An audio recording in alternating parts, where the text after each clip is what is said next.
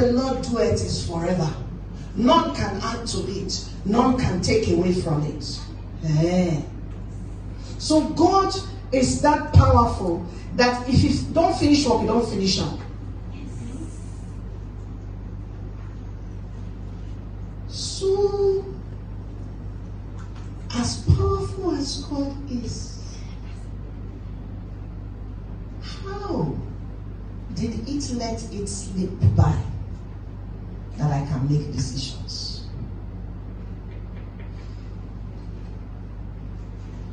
Remember that I'm not trying to teach you the thing that has many answers, because I don't have answers.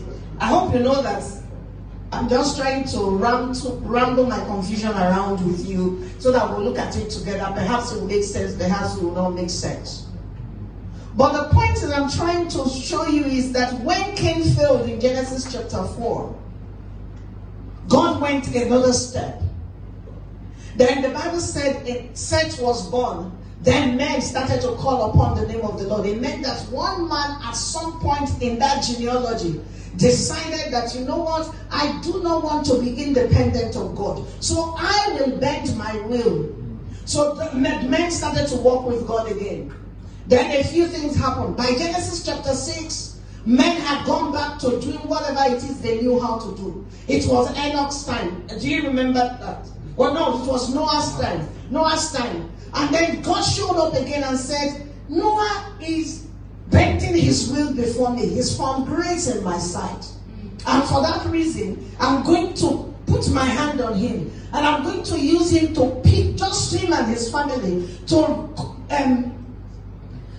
start all over, because I really want a people whose will be bent before me, and yet I am not forcing them to. So Noah had that posture. Noah built the ark. They entered into the ark. They stayed in the ark over 1 year plus. Eventually they came out. When they came out, God said, Noah, you did well. Every single step of the way, your will was bent before my will. For that reason, I'm entering a covenant with you and your descendants. So God had another one who could. But of course, you know that was short-lived, because Noah's son started another wahala. We move from there again. Genesis chapter 12, we see Abraham. God says, okay, Terah, let's pick Abraham. And then with Abraham, so God is just being, every season, even today, in the season that we're in, of Jesus Christ, what God is still asking is, will you bend your will? But what I saw was that in every dispensation, or at the end of every cycle, or at the beginning of every cycle, what God did persistently was He would not just say, okay, you are new. Oh, welcome to the well. It's your first time here. Oh, God bless you. This is the well. Okay. No, we take you through.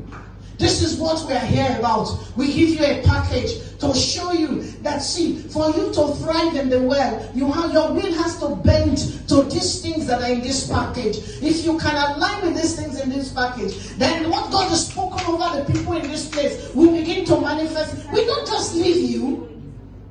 So every time God will show, we pick one man again who is willing to bend his will.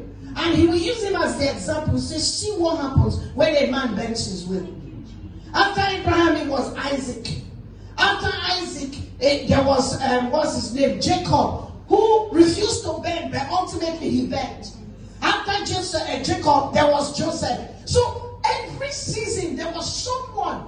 Because God did not want you to show up David and say, God, you've been talking about bending will. I've never seen anybody bend their will before. So I don't understand what it means. God, there's not one of us that will say that we don't know what it means for a man to bend his will before God. And you know the reason why you and me are even worse. We can't even attempt to deny that we know it. Because in our dispensation, it was evil. The sacrifice was huge. He said, maybe because I've been sending men like them. So let me send one of our own. I'm going to now send a God man. So He called in Isaiah chapter 6, said, who will go for us? Because this world is a mess. We need to do something about it. Now let's send one of us to go. The one that is like us. Because if one that is like us that has no business to be dying would go and die on their behalf, surely they will know that we are serious about them. That we have bent our will as far back as we can bend our will just to make us room for them. So perhaps when we do that, they will choose us. But up till tomorrow, there are still men who say we are not choosing him. If Jesus likes, let him come today and die again. There will still be people who will not choose him.